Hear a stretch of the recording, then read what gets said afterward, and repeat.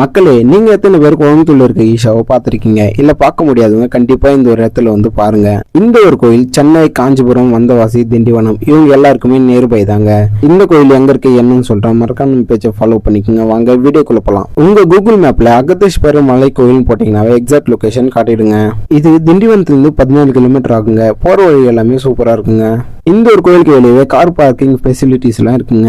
இந்த ஒரு கோயில 6 வருஷத்துக்கு முன்னாடி முதலாம் குலோத்துங்க சோழனால கட்டப்பட்டிருக்குங்க.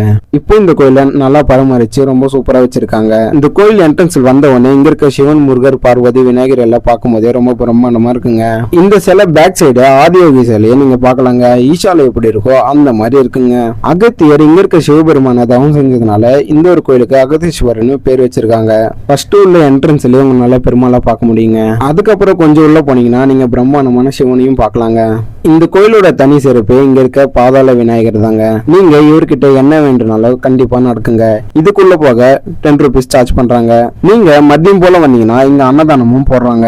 இப்படி ஒரு கோயில் இருக்குன்னு சொல்லிட்டு நிறைய பேருக்கு தெரியாதுங்க. கண்டிப்பா உங்க ஃப்ரெண்ட்ஸ் அண்ட் ஃபேமிலிக்கு எல்லாருக்கும் ஷேர் பண்ணிட்டு கண்டிப்பா ஒரு நாளைக்கு இந்த ஒரு கோயிலுக்கு போயிட்டு வாங்க. ஓகே, பாய். நெக்ஸ்ட் வீடியோல பார்ப்போம்.